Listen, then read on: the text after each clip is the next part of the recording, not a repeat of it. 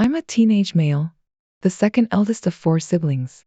Our family dynamics are unique because my older sister, who's 18, has Down syndrome along with various medical complexities and food allergies. Then there's my younger sister, in her early teens, who also deals with serious food allergies and is on the autism spectrum. Lastly, my younger brother, a preteen, struggles with medical issues tied to food and allergies. We're accustomed to navigating life with an awareness of accessibility, particularly because my older sister uses a wheelchair. This often means making concessions or understanding that our experiences may not be as straightforward as those of families with fewer special needs. Personally, I've grown used to not always getting my favorite meals or choosing vacation destinations because they may not be suitable or accommodating for my siblings. It's become an expectation over time. While my family prioritizes my siblings' needs, I've been fortunate to find support from my maternal grandparents and my best friend's family, who include me in outings and meals. One of my favorite spots in town is an Indian restaurant known for its delicious samosas. Unfortunately, dining there as a family or even ordering takeout isn't an option due to safety concerns for my siblings. Despite this, my parents often emphasize celebrating birthdays with each child's favorite meal from their preferred restaurant. So, when it came to my recent birthday celebration, they encouraged me to choose where we'd dine as a family, including extended relatives. I suggested the Indian restaurant, knowing it's my favorite. However, my parents seemed hesitant, perhaps considering the safety aspect for my siblings. They asked if I preferred that spot over somewhere more accommodating for everyone. I assured them that I didn't mind catering to my siblings' needs. After some deliberation, my parents revisited the topic, hoping I'd reconsider my choice. Yet, I remained firm in my decision, expressing that the Indian restaurant was where I wanted to celebrate my special day despite the challenges it presented. When my parents asked about my birthday dinner plans, I was excited. It was supposed to be about me, right? But then they proposed a restaurant that wasn't suitable for my siblings due to their allergies and safety concerns. Despite my hesitation, they assured me they'd book our family's favorite spot. The problem? It's not my favorite place at all. I reluctantly agreed, hoping they'd consider my feelings too. As the dinner date approached, I found myself dreading it more and more. When the evening finally arrived, I made a decision. I wouldn't go. It wasn't an easy choice, but I couldn't bear the thought of celebrating my birthday at a place I didn't enjoy, especially when it meant my siblings couldn't join us. My parents were furious with me for skipping the dinner. They even punished me for a week, taking away privileges. Despite their anger, my grandparents understood my perspective and defended my decision. However, my parents insisted that I was rude and disrespectful. It's frustrating because they never prioritize spending time with me. While they hire babysitters for their date nights, they rarely engage in activities with me. I feel overlooked and unimportant in my own family. To cope with their disappointment, I'm considering celebrating future birthdays with my grandparents or my best friend's family. It's tough being the odd one out, but I need to prioritize my happiness and well-being. Maybe in 2 years, when I'm legally an adult, I'll have more freedom to make my own choices. Being the glass child in the family isn't easy. My parents need to realize that their actions affect me too.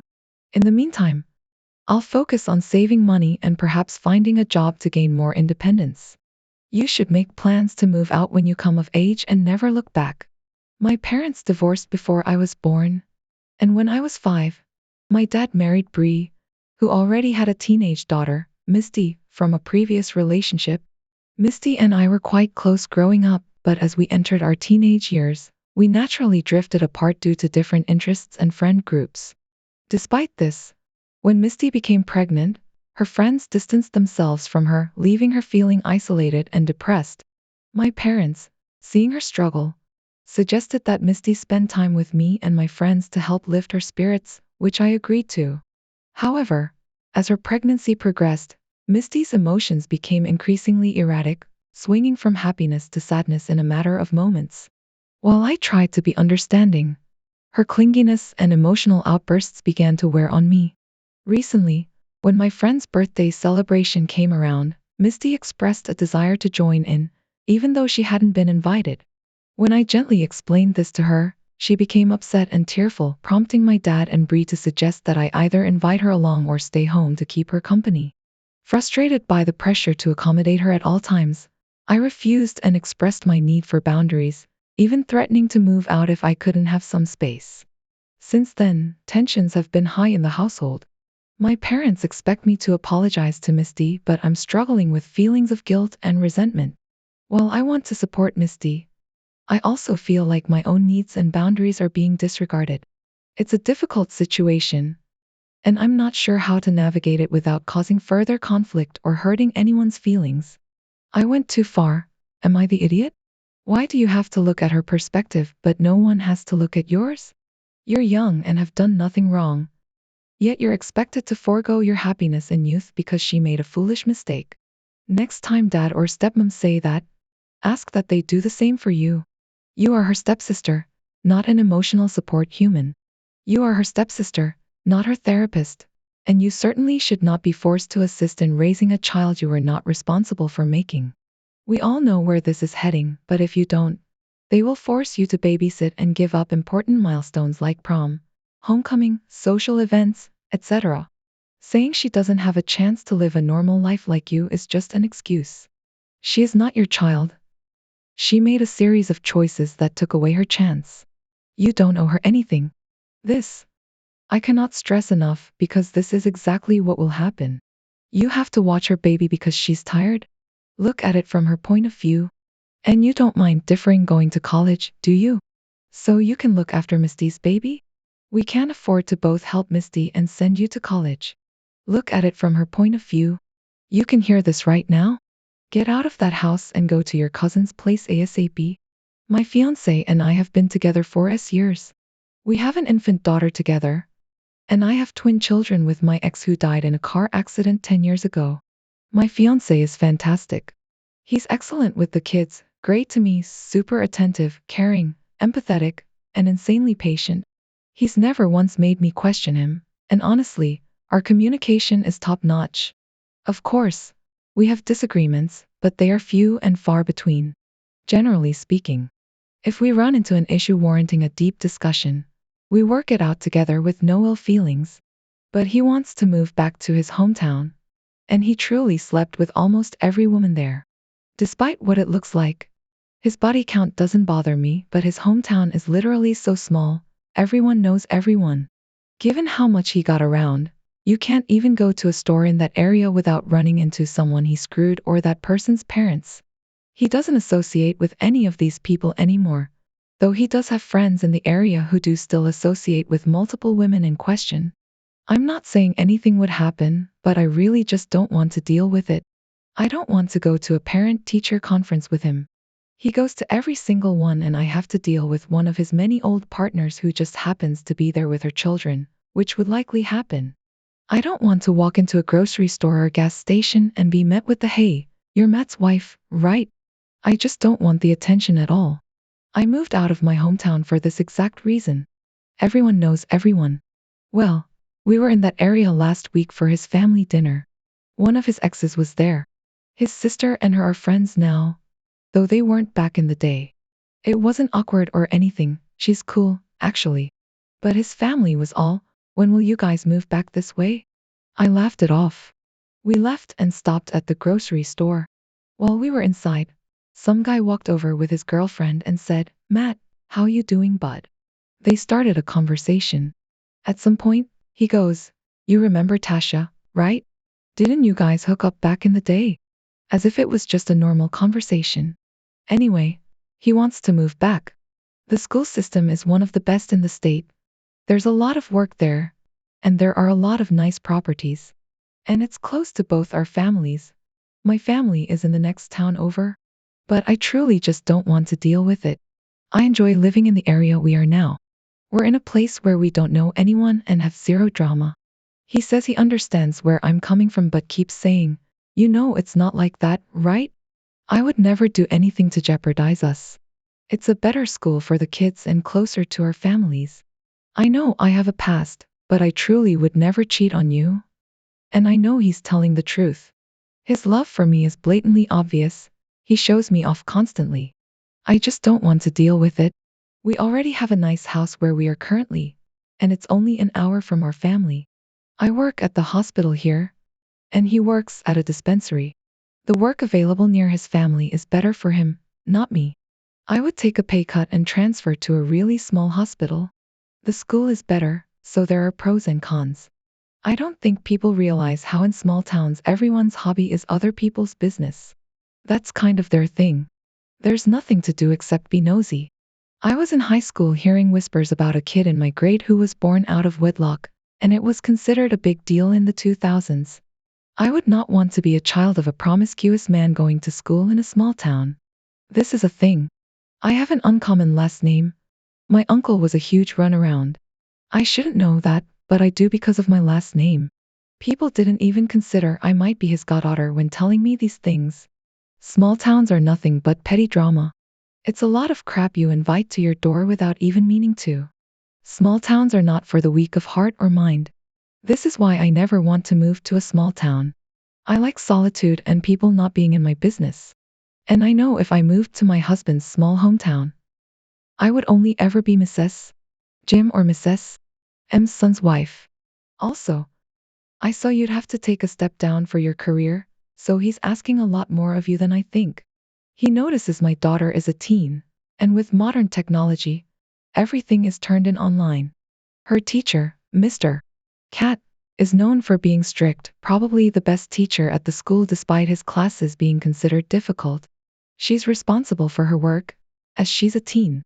My daughter had a big paper assigned for at least 2 months. This assignment is turned in online, and Mr. Cat made it very clear that not turning it in would result in a 0. He mentioned in emails that the only exception would be if you were in the hospital or there was no internet. He also offered time in class to ensure there's no excuse not to turn it in. I agree with him since he's been crystal clear about this being a hard deadline, and I've faced similar hard deadlines in life. Sometimes you just need to turn stuff in on time or deal with the consequences. Last Friday, my daughter wasn't feeling well and asked to stay home. I agreed but reminded her that she still needed to turn in anything since she was missing school. We have good internet, and she has her school laptop. However, she didn't turn it in and got a 0 for the assignment. This dropped her a letter grade from a to a B. We got into an argument when I refused to fight with the teacher to let her turn it in. I told her she'd forgotten, and she needed to live with the consequences. This is a good learning opportunity since it's a letter grade and not forgetting to turn something in college, which could result in her failing the class or losing a job for not hitting a deadline. She thinks I'm a huge idiot. It's completed, I've seen it. She just didn't turn it in. It's better that she learns the lesson now before it costs money or she has to retake stuff. She just forgot. Not the idiot. Wow. You're a rare specimen parent, one who allows their kids to face consequences for their actions or inactions. Way to go. I'm not being sarcastic in the least. Too many parents want to be friends with their kids rather than parent them. Your daughter hopefully learned a hard lesson, and you have gained the teacher's respect.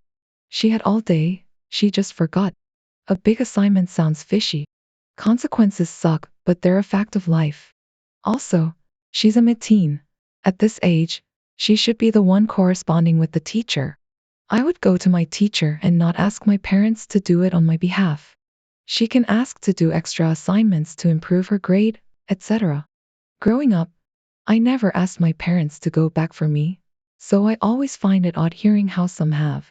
My husband 41 and I 40 have 5 daughters. Avery young teen, Bella pre-tween, Cassie young grammar schooler, Diarrhea preschooler, and Emily toddler. The 3 middle girls are good friends with an autistic girl, Jenny, a young grammar schooler who regularly comes over to play with them.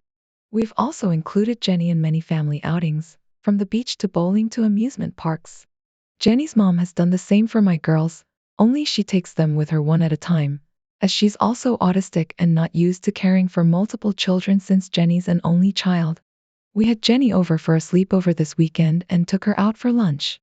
Jenny and Daria ordered the same meal, chicken tenders and French fries.